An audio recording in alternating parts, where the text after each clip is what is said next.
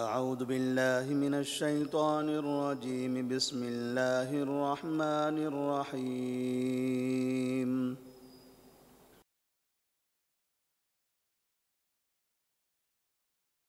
يا أيها الذين آمنوا لا تتخذوا بطانة من دونكم لا يألونكم خبالا ودوا ما عنتم قد بدت البغضاء من أفواههم وما تخفي صدورهم أكبر قد بينا لكم الآيات إن كنتم تعقلون ها أنتم أولئك تحبونهم ولا يحبونكم وتؤمنون بالكتاب كله وإذا لقوكم قالوا آمنا وإذا خلوا عدوا عليكم الأنامل من الغيظ قل موتوا بغيظكم إن الله عليم بذات الصدور إن تمسسكم حسنة تسؤهم وإن تصبكم سيئة يفرحوا بها وإن تصبروا وتتقوا لا يضركم كيدهم شيئا إن الله بما يعملون محيط۔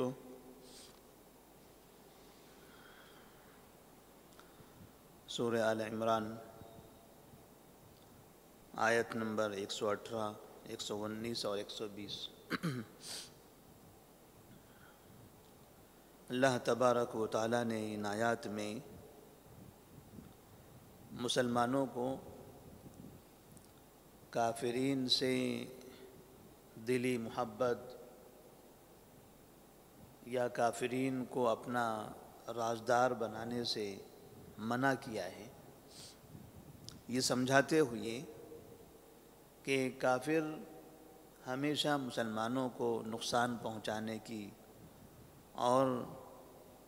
مسلمانوں کو جہاں تک ہو سکے زندگی کے معاملات میں انہیں تکلیف دینے کی کوشش کرتے ہیں۔ مسلمانوں کو جب کوئی نقصان ہوتا ہے تو اس سے انہیں خوشی ہوتی ہے۔ مسلمان اگر ترقی کرتے ہیں، خوشحال ہوتے ہیں تو کافروں کو یہ اچھا نہیں لگتا۔ اس لیے اللہ تبارک و تعالیٰ نے خاص طور پر تاکید فرمائی کہ کافروں کو اپنا رازدار نہ بناؤ، کافروں پر بھروسہ مت کرو، ان سے دلی تعلق مت رکھو۔ یا ایھا الذین آمنوا لا تتخذوا بطانة من دونکم، اللہ تبارک و تعالیٰ فرماتے ہیں اے ایمان والو، تم اپنے علاوہ کسی کو رازدار نہ بناؤ، یعنی مسلمانوں کے علاوہ، اپنے علاوہ یعنی اپنے بھائیوں کے علاوہ، مسلمانوں کے علاوہ کسی کو اپنا رازدار، اپنا دلی اور قریبی دوست نہ بناؤ۔ لا یألونکم خبالا، کیونکہ وہ تمہیں نقصان پہنچانے میں کہیں بھی کوتاہی نہیں کریں گے۔ جب بھی تم ان کو رازدار بناؤ گے تو وہ تمہارے راز کا استعمال کر کے تمہیں نقصان پہنچانے کی کوشش کریں گے۔ کسی بھی طرح سے انہیں تم رازدار نہ بناؤ۔ ایسی باتیں جو تمہارے لیے خفیہ ہوں، جس کے افشا ہو جانے سے، لوگوں کو معلوم ہو جانے سے تمہیں کہیں خسارہ ہو سکتا ہو، ایسی باتیں تم کافروں کو نہ بتاؤ، ورنہ جہاں انہیں اس طرح کی باتیں معلوم ہوگی تو جیسے موقع ملے گا وہ تمہیں نقصان پہنچانے کی کوشش کریں گے۔ لا یألونکم خبالا، وہ تمہیں نقصان پہنچانے میں کہیں پر بھی کوتاہی نہیں کریں گے۔ ودوا ما عنتم، اور وہ ہمیشہ یہ چاہتے ہیں، ایسی باتیں چاہتے ہیں جس سے تمہیں تکلیف ہو، ایسی چیزوں کے وہ خواہش مند ہوتے ہیں جو چیزیں تمہیں نقصان پہنچائیں۔ جب جب تمہیں نقصان ہو، اور تمہیں تکلیف ہو، تم مصیبت میں پڑ جاؤ، تب تب انہیں اچھا لگتا ہے، ان کی تمنا ہوتی ہے کہ ان کا کوئی نقصان ہونا چاہیے، گھریلو اعتبار سے، تجارتی اعتبار سے، معاشی اعتبار سے، ملکی اعتبار سے، قومی اعتبار سے، وہ چاہیں گے کہ یہ خسارے میں رہیں۔ قد بدت البغضاء من افواہہم، نفرت اور عداوت تو ان کی منہ سے ظاہر ہو چکی ہے۔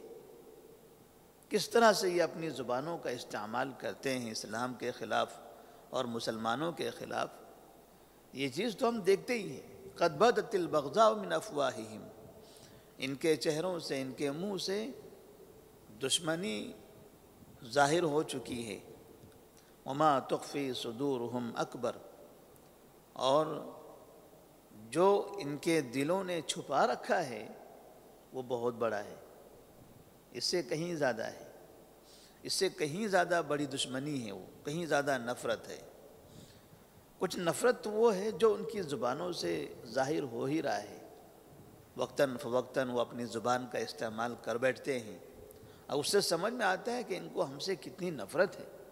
کتنی دشمنی ہے۔ اور یہ تو وہ چیزیں ہیں جو ظاہر ہوئی ہیں،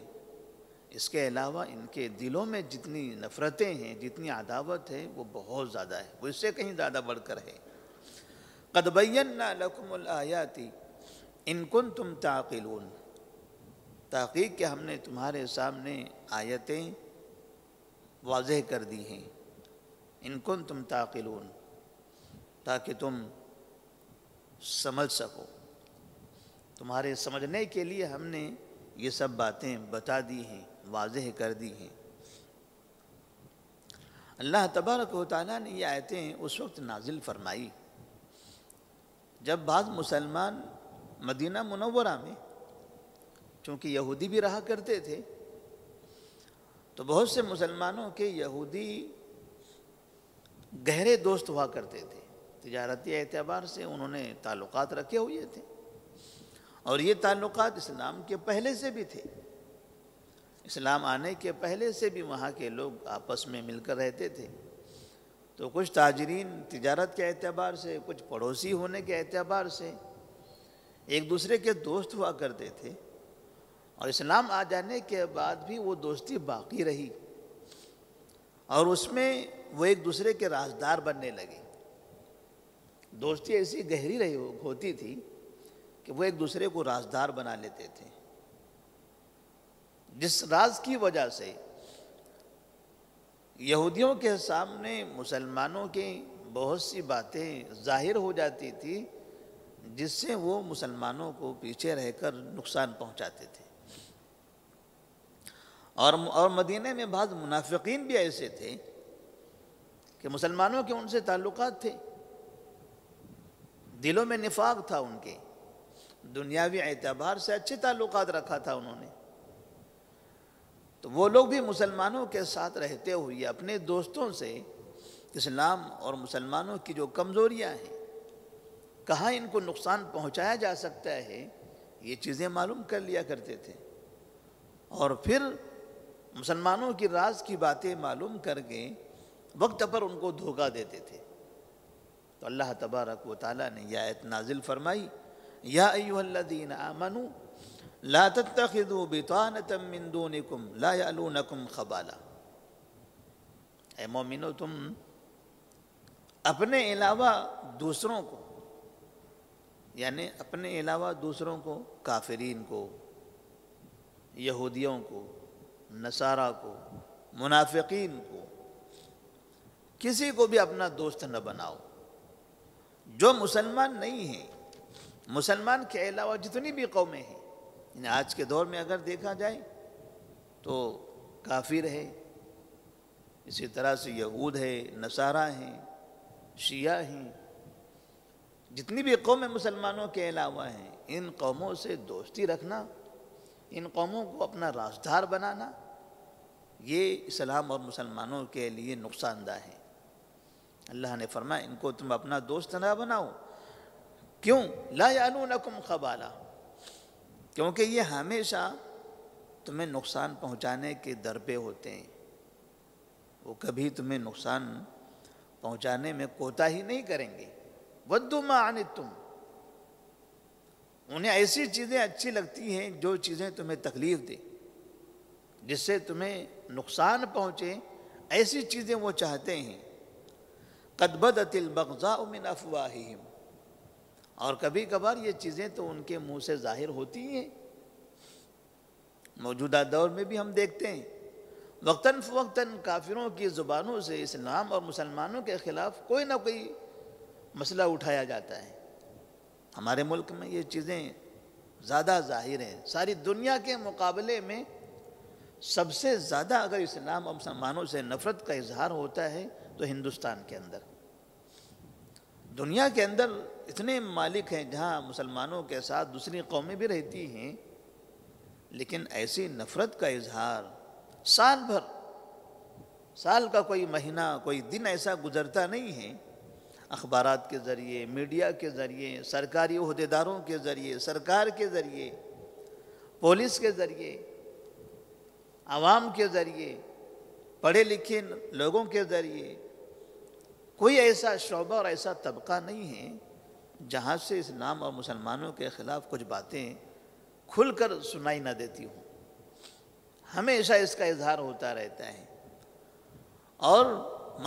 مذہب کے نام پر، دین کے نام پر دنگے فساد، جتنے بھی دنگے ہم دیکھتے ہیں صرف مسلمانوں کے خلاف ہوتے ہیں، صرف مسلمانوں کے خلاف،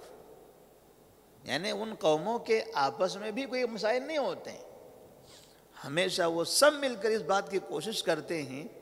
کہ ہمارا کوئی ایسا تہوار آ جائے اور اس تہوار میں ہم مسلمانوں کے گھروں کو نقصان پہنچائیں، راہ چلتے ہوئے ان کی دکانوں کو آگ لگائیں، ان کی مساجد میں گندگی پھینک دیں، کپڑے دیکھ کر انہیں گالیاں دینے لگیں، انہیں چڑھانے لگیں، کبھی مذہب کے نام سے اور کبھی پڑوسی ملکوں کے نام سے۔ یہ ہمیشہ ہوتا ہے۔ قَدْ بَدَتِ الْبَغْضَاءُ مِنْ أَفْوَاهِهِمْ، یہ ان کے منہ سے یہ دشمنی، یہ نفرت کا اظہار تو ہوتا ہی رہتا ہے۔ وَمَا تُخْفِي صُدُورُهُمْ أَكْبَرُ، اور جو ان کے دلوں میں چھپایا ہوا ہے وہ تو بہت زیادہ ہے، وہ نفرت بہت ہے۔ اگر انہیں موقع ملے تو وہ بہت زیادہ نقصان پہنچانے کی کوشش کریں گے۔ اب بعض ملکوں میں جا کر یہ لوگ، خاص طور پر عرب ممالک ہیں، عرب ملک جو اسلامی ملک ہیں یا مسلمانوں کے ملک ہیں، ان ملکوں میں بھی کافر رہتے ہیں۔ ہم کو ایسا لگتا ہے کہ دیکھیے وہاں ان ملکوں میں کافر کتنے امن سے رہ رہے ہیں۔ کافر امن سے نہیں رہتے ہیں، کافر دنیا کے کسی ملک میں ہو وہ کبھی امن سے نہیں ہوتے، وہاں جانے کے بعد بھی وہ امن سے نہیں رہتے، وہ مجبوری ہے، وہ مجبوری ہے کہ انہیں خاموش اختیار کرنی پڑ رہی ہے، ورنہ وہاں رہ کر بھی وہ مسلمانوں کے خلاف دلوں میں دشمنی رکھتے ہیں۔ وہاں رہ کر وہ پیسے جمع کرتے ہیں، اپنے ملکوں میں بھیجتے ہیں دنگے فساد بھڑکانے کے لیے، اسلام کے خلاف نفرت کا مظاہرہ کرنے کے لیے باقاعدہ وہ ایسے نفرت کرنے والے بازیگروں کو تعاون دیتے ہیں۔ وہاں رہ کر بھی ان کے دلوں میں نفرت ہوتی ہے، وہاں کا قانون، وہاں کی سرکار اور وہاں کی اکثریت انہیں اس کا اظہار کرنے کا موقع نہیں دیتی، انہیں اس کا اظہار کرنے کا موقع ملتا نہیں ہے۔ اسی لیے ہم کو لگتا ہے بڑے امن سے رہ رہے ہیں۔ امن سے تو وہاں ہونا چاہیے تھا جہاں ان کی اکثریت ہے، جہاں ان کی اکثریت ہے وہاں اگر امن سے رہتے ہیں، جہاں ان طاقت میں ہیں وہاں امن سے ہوتے تو ہم کہتے ہیں یہ امن والی قوم ہے۔ جہاں مجبور ہیں، جہاں پیسہ ان کی ضرورت ہے، جہاں نوکری ان کی ضرورت ہے، جہاں قانون کے سامنے مجبور ہو گئے، امن سے رہیں گے تو ٹھیک، ورنہ ڈنڈوں سے پٹائی کی جائے گی، جیلوں میں ڈال دیا جائے گا، نکال دیا جائے گا ملک سے دنگے کرنے کی بنا پر اور فساد مچانے کی بنا پر۔ اس وجہ سے وہ اپنی معیشت کو مد نظر رکھتے ہوئے خاموشی اختیار کیے ہوئے ہیں، اور جہاں موقع ملتا ہے وہاں برابر اپنی دشمنی کا اظہار کرتے ہیں۔ عمر فاروق رضی اللہ تعالیٰ عنہ نے بھی خاص طور پر مسلمانوں کو کسی کافر کو اپنا رازدار بنانے سے بہت سختی سے منع فرمایا تھا۔ ایک مرتبہ کسی نے ان سے کہا، عمر فاروق رضی اللہ تعالیٰ عنہ سے، جب وہ خلیفہ بنے تھے، کہ حیرہ میں ایک شخص ہے، ایک نصرانی ہے، وہ بہترین کاتب ہے، حساب و کتاب کرنے والا، اور دربار میں بہت سی چیزیں محفوظ کرنے والا ایک ماہر شخص ہے، آپ اسے اپنے دربار میں رکھ لیجئے، اسے اپنا کاتب بنا لیجئے، کاتب منشی جس کو ہم کہتے ہیں، تو سرکاری دفتر کا منشی بنا لیجئے۔ عمر فاروق رضی اللہ تعالیٰ عنہ کہا، میں نصرانی کو اپنا منشی، اپنا کاتب بناؤں تاکہ ملک کی ساری راز کی باتیں میں ان کو بتاتا رہوں، وہ لکھتا رہے؟ کہ اللہ تبارک و تعالیٰ نے نہیں فرمایا یا ایھا الذین آمنوا لا تتخذوا بطانة من دونکم، اے لوگو تم اپنے علاوہ کسی کو اپنا رازدار نہ بناؤ؟ تو میں کسی ایسے انسان کو رازدار بناؤں، ملک کا رازدار، مسلمانوں کا رازدار، مسلم قوم کا رازدار، جو قوم مسلمانوں کو نقصان پہنچانا چاہے؟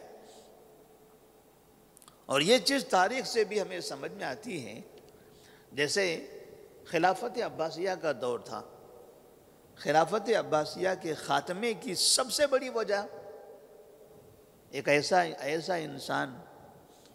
انسان کو رازدار بنانا جس کا اسلام سے کوئی تعلق نہیں تھا۔ اس وقت کا ایک بہت بڑا شیعہ ہوا کرتا تھا، وزیر ابن العلقمی نامی، شیعہ کو انہوں نے اپنا رازدار بنایا ہوا تھا، اور اسی شیعہ نے باقاعدہ ہلاکو خان اور چنگیز خان جو کہا جاتا ہے، اس ہلاکو خان کے ذریعے اپنے ہی ملک کو، کیونکہ وہ خلفائے عباسی نے اس شیعہ فرد کو اپنے ملک کا رازدار بنایا، اس نے راز کی ساری باتیں ہلاکو خان کو بتائی، جبکہ وہ اس ملک میں رہتا ہے، اس ملک کے ماتحت ہے، اس ملک کا وزیر ہے، یہاں کے بادشاہ کا خاص ہے، اس کا مشیر ہے، اور کام اس نے کیا دشمن کے لیے، اور دشمن کو یہاں کی راز کی ساری باتیں بتا دی، باقاعدہ کیسے اس ملک پر حملہ کیا جا سکتا ہے، بادشاہ کون سے وقت میں غافل ہوتا ہے، اس بادشاہ کی کیا کیا کمزوریاں ہیں، فوج کہاں پر ہے کہاں نہیں ہے، فوج کی کیا کمزوریاں ہیں، یہ ساری باتیں ہلاکو خان کو بتائی، اور پھر اس کے اشارے پر ہلاکو خان نے پورے ملک پر حملہ کر دیا اور بغداد کو تباہ کر دیا تھا۔ سقوط بغداد یہ تاریخ کا بہت بڑا حادثہ تھا۔ بغداد کا جو حادثہ ہے، علامہ ابن کثیر رحمہ اللہ نے اپنی کتاب البدایہ والنہایہ، جو تاریخ اسلامی کی کتاب، اس میں لکھا ہے کہ بغداد کا حال یہ تھا، لاشیں پورے شہر کے اندر، جو کیپٹل تھا، راجدھانی تھی خلافت عباسیہ کی، پورے شہر کے اندر مسلمانوں کی اتنی لاشیں گری ہوئی تھی، اور لاشیں رہ رہ کر جو سڑ رہی تھی کہ اوپر سے اگر پرندہ بھی گزرتا تھا تو لاشوں کی بدبو سے وہ نیچے گر جایا کرتا تھا۔ وہاں جو زندہ بچی ہوئی قوم تھی وہ یہودی، نصرانی اور شیعہ، صرف 3 لوگ زندہ تھے بس، مسلمان جتنے تھے سب کو مار دیا گیا، ہزاروں لاشیں، گھر میں دیکھو وہاں لاشیں، چھتوں پر دیکھو وہاں لاشیں، کنووں میں دیکھو وہاں لاشیں، راستوں میں دیکھو وہاں لاشیں، کھیتوں میں دیکھو وہاں لاشیں، دربار میں دیکھو وہاں لاشیں پڑی ہوئی ہیں۔ تو 3 قومیں وہاں پر خوشحال تھی، آباد تھی، ایک یہودی، دوسرے نصرانی اور تیسرے شیعہ۔ تو مسلمانوں نے ان پر بھروسہ جو کیا، اللہ نے کہا تھا یا ایھا الذین آمنوا لا تتخذوا بطانة من دونکم، مسلمانوں کے علاوہ تم کسی کو اپنا رازدار مت بناؤ۔ جو مسلمانوں کے علاوہ کسی بھی قوم کو رازدار بنا دے گا، ملک کا رازدار، وہ دھوکہ دے گا۔ اور یہ غلطیاں ہمارے ہندوستان میں بھی کی گئی تھی۔ ٹیپو سلطان کی بربادی کا سبب کون بنا تھا؟ میر صادق۔ کیا مسلمان نہیں تھے ہندوستان کے اندر؟ کیا ان کے دربار میں مسلمان نہیں ہوا کرتے تھے جو میر صادق کو انہوں نے اپنا رازدار بنایا، وزیر بنا لیا تھا؟ اسی میر صادق نے انگریزوں کے ساتھ وفاداری کا مظاہرہ کر کے ٹیپو سلطان سے غداری کی، اور ٹیپو سلطان چلے گئے، انگریز غالب آ گئے، ٹیپو سلطان کو قتل کر دیا گیا۔ اور ایسی غداری، ایسا دھوکہ کہ اس دھوکے کی وجہ سے انگریزوں نے ٹیپو سلطان کو جب قتل کیا تب انہوں نے کہا تھا آج ہندوستان ہمارے ہاتھ میں آ گیا۔ پورا اتنا بڑا ملک جو مسلمانوں کے ہاتھوں میں تھا، یہ غیر مسلم، وہ لوگ جو اسلام کا کوئی تعلق نہیں ہے، ایسے لوگوں کو اپنے ملک کا، اپنے دربار کا رازدار بنانے کی وجہ سے انہوں نے اپنے ملک تباہ کر دیے۔ تو عمر فاروق رضی اللہ تعالیٰ عنہ سے جب کہا گیا تھا کہ ایک نصرانی کو آپ کاتب بنا لیجئے، دربار کی باتیں وہ لکھیں، حساب و کتاب حفاظت کریں، انہوں نے کہا میں ایک کافر کو ملک کا رازدار بناؤں، ملک کی ساری باتیں میں ان سے بول کر لکھواؤں، یہ کیسے ہو سکتا ہے؟ اللہ تعالیٰ نے یہ کہا ہے کہ یہ لوگ بڑے دشمن ہوتے ہیں، کبھی کبھار منہ سے ان کے ظاہر ہوتا ہے، لیکن جو دل کے اندر ہے وہ تو بہت بڑا ہے۔ دل میں جو ان کی دشمنی اور عداوت ہے۔ اسی طرح ایک صحابی تھے ابو موسیٰ اشعری رضی اللہ تعالیٰ عنہ۔ ابو موسیٰ اشعری رضی اللہ تعالیٰ عنہ نے اپنے دربار کے اندر ایک نصرانی کو کاتب بنایا تھا۔ عمر فاروق رضی اللہ تعالیٰ عنہ کو پتہ چلا، انہوں نے پوچھا کیوں بنایا آپ نے؟ انہوں نے کہا امیر المومنین یہ بڑا ماہر آدمی ہے، حساب و کتاب کا اچھا ہے، صلاحیت اچھی ہے اس کے پاس، اس لیے میں نے اس کو اپنا کاتب بنایا ہے، اپنا مشیر خاص بنا لیا ہے۔ تو انہوں نے بڑی سخت باتیں ان سے کہی اور کہا کہ فوراً برخاست کرو، فوراً ہٹاؤ اس کو، اور قرآن مجید کی اسی آیت کا حوالہ دیا۔ آپ ملک کا رازدار کسی کافر کو نہیں بنا سکتے۔ اور ابھی قریب میں جو ایک خاص عرب ملک ہے جس کے بارے میں مسلمان تذکرہ کرتے رہتے ہیں، جیسے وہاں بادشاہت بدلی ہے، باپ کے بعد جب بیٹا تخت پر آیا ہوا ہے، تو وہاں باقاعدہ اونچے عہدوں پر جہاں شیعہ تھے سب کو ہٹا دیا گیا، کیونکہ یہ لوگ ملک کے لیے نقصان دہ تھے، ملک کو اندر سے اندر نقصان پہنچا رہے تھے۔ تو مسلمانوں نے ہمیشہ اس بات کی کوشش کرنا چاہیے کسی بھی جگہ پر جو مسلمان نہیں ہیں ان لوگوں کو اپنا رازدار نہ بنائیں، جو کافر ہیں ان کو تجارتی ایسا پارٹنر کہ جس میں مکمل راز ہو۔ ایک تعلقات ہوتے ہیں دنیاوی اعتبار سے وہ باقی رہے، لیکن یہ تعلقات بھی سطحی طور پر ہوں، دل کی گہرائی سے نہ ہو، اور ایسے نہ ہو کہ اس میں آپ راز کی ساری باتیں ان کے سامنے ظاہر کرتے چلے جائیں،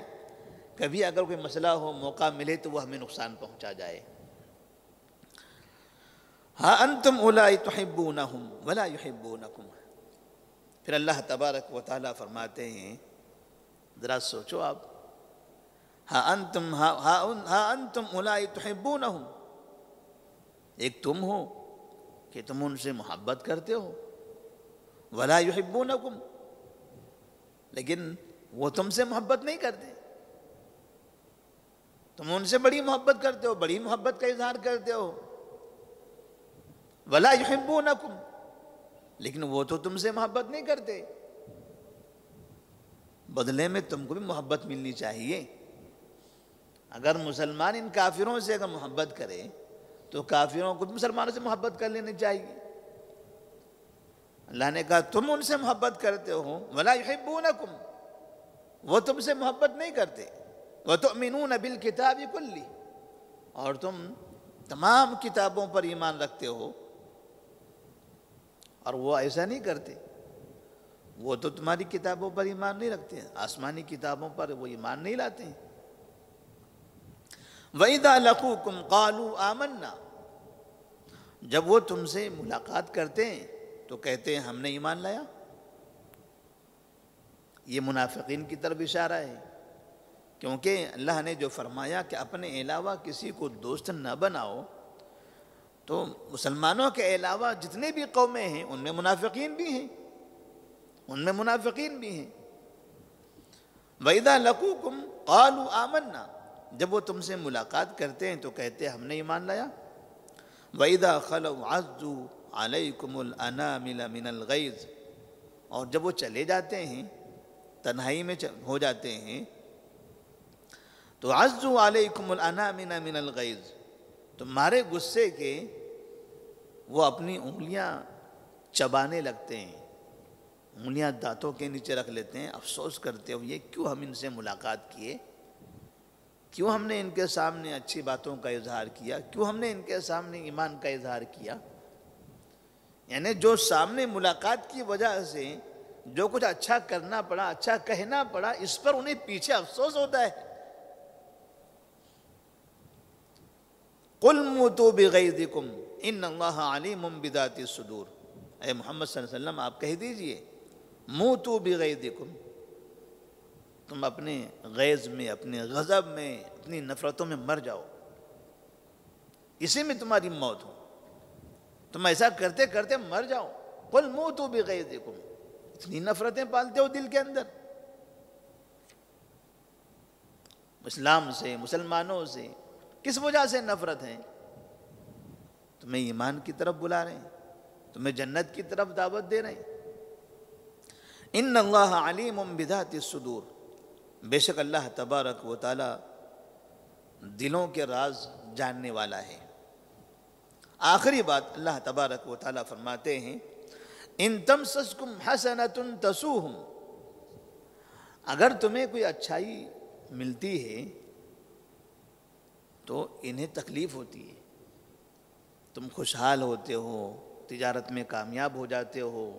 سیاست میں کامیاب ہو جاتے ہو، کھیل کود میں تم آگے بڑھ جاتے ہو، تعلیم میں تم آگے بڑھتے ہو، کسی بھی میدان میں تم آگے بڑھتے ہو، تمہاری کامیابی ہوتی ہے، تم خوشحال نظر آتے ہو، اچھے دکھائی دینے لگتے ہو، تسوہم، تو یہ ان کو برا لگتا ہے،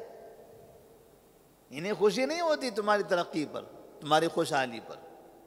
ان کو برا لگتا ہے۔ وَإِن تُصِبْكُمْ سَيِّئَةٌ يَفْرَحُوا بِهَا، اور جب تمہیں کوئی پریشانی لاحق ہوتی ہے تو یہ لوگ خوشی کا اظہار کرتے ہیں، خوشی کا اظہار کرتے ہیں۔ کسی جگہ سیلاب آ جائے، کہیں طوفان آ جائے، مسلمان پریشان ہونے لگے تو کافر خوشی کا اظہار کرتے ہیں، خوش ہوتے ہیں، دیکھو مسلمان ایسے تباہ ہوئے، دیکھو ایسا ہوا، دیکھو ایسا ہوا، آسمان سے عذاب آ گیا۔ اور جب ان پر تکلیف آ جائے تو ہمدردی، اخوت، بھائی چارگی کی باتیں کرنے لگتے ہیں۔ اور مسلمانوں کے ساتھ کہیں پر ایسا ہو جائے، کوئی حادثہ پیش آ جائے، کبھی حج میں کوئی ایسا حادثہ آ جائے، پیش آ جائے، کہیں جہازوں کے اندر، ٹرین میں، بسوں میں کوئی ایسے واقعات پیش آ جائیں کہ جہاں مسلمانوں ہی کا نقصان ہوا ہو، کہیں تعلیم کے میدان میں، کھیل کود کے میدان میں ان کو نقصان پہنچے، خوشی کا اظہار کرتے ہیں، نقصان ہو تو خوشی کا اظہار، اور اگر اچھا ہو جائے، کامیاب ہو جائیں تو وہ انہیں تکلیف ہونے لگتی ہے۔ اللہ تبارک و تعالیٰ اس طرح وضاحت کے ساتھ بتا رہا ہے، یہ کافروں کے دلوں کی بات ہے، اللہ تبارک و تعالیٰ ہی جاننے والا ہے انسان کے دلوں کی بات۔ اللہ نے کہا ان اللہ علیم بذات الصدور، اللہ تبارک و تعالیٰ دلوں کا جاننے والا ہے۔ بظاہر تم کو لگتا ہے یہ کافر ہیں، ہمارے پڑوسی ہیں، ہمارے ساتھ رہنے والے، ہمارے قریب رہنے والے، بڑی محبت کرتے ہم سے، بڑے ہمدرد ہیں، ہمیں بظاہر دکھائی دے رہا ہے۔ ان اللہ علیم بذات الصدور، ان کے دلوں میں کیا ہے وہ اللہ جانتا ہے۔ وَإِن تَصْبِرُوا وَتَتَّقُوا لَا يَضُرُّكُمْ كَيْدُهُمْ شَيْئًا، اور پھر اللہ تبارک و تعالیٰ فرماتے ہیں اگر تم صبر کرو اور تقوی اختیار کرو تو ان کی مکر و فریب تمہیں نقصان نہیں پہنچائیں گے، ان کی سازشیں تم کو نقصان نہیں پہنچائے گی۔ وہ سازش کرتے رہیں گے، مکر و فریبی کا استعمال کرتے رہیں گے۔ لیکن اگر آپ صبر کرتے رہو، اللہ سے ڈرتے رہو، تو ان کا مکر و فریب، ان کی سازشیں تمہیں کچھ نقصان نہیں پہنچائے گی۔ اللہ تبارک و تعالیٰ نے ان کے تکلیف سے، ان کے نقصان سے بچنے کا راستہ بھی بتا دیا۔ یہ نقصان پہنچانے کی کوشش تو کرتے رہیں گے، تمہیں کیا کرنا ہے؟ تمہیں صبر کرنا ہے اور متقی بننا ہے، پرہیزگار بننا ہے، گناہوں سے محفوظ رہنا ہے، اللہ کی عبادت کرنا ہے، توحید پر قائم رہنا ہے، شرک سے اپنے آپ کو بچانا ہے، بدعت و خرافات سے اپنی حفاظت کرنی ہے۔ اللہ مدد کرتا رہے گا۔ ان اللہ بما یعملون محیط، بے شک اللہ تبارک و تعالی ان کے ان تمام کاموں کا احاطہ کیے ہوئے ہے جو وہ کام کر رہے ہیں۔ وہ کیا کیا کرتے ہیں اللہ سب جانتا ہے۔ وہ اللہ سے ڈھکی چھپی چیزیں نہیں ہیں، اللہ ان کے کاموں کو جانتا ہے، وہ کہاں پر کیسے تمہیں نقصان پہنچانے کی کوشش کر رہے ہیں۔ بس تمہاری ذمہ داری ہے کہ ان مصیبتوں پر صبر کرو اور اللہ کی عبادت کرو، اللہ سے مانگتے رہو، تقوی اختیار کرتے رہو، گناہوں سے محفوظ رہو، گناہوں سے محفوظ رہو کہ اللہ تبارک و تعالیٰ تمہاری مدد فرمائے گا۔ اللہ سے دعا ہے اللہ تبارک و تعالیٰ تمام مسلمانوں کو ان باتوں پر عمل کرنے کی توفیق عطا فرمائے۔ جہاں مسلمان کافروں کو اور خاص طور پر شیعہ کو جہاں اپنا رازدار بنائے ہوئے ہیں، ان کو اپنا قریبی سمجھے ہوئے ہیں، ایک زمانے سے جو مسلمانوں کو ایک نقصان پہنچاتے ہیں ملک کے اعتبار سے، معاشی اعتبار سے، تو مسلمانوں کو یہ سمجھ لینا چاہیے اور ایسے لوگوں سے اپنے آپ کی حفاظت کرنا چاہیے۔ اسی میں مسلمانوں کی عقل مندی ہے۔ وآخر دعوانا الحمدللہ رب العالمین، والسلام علیکم ورحمۃ اللہ وبرکاتہ۔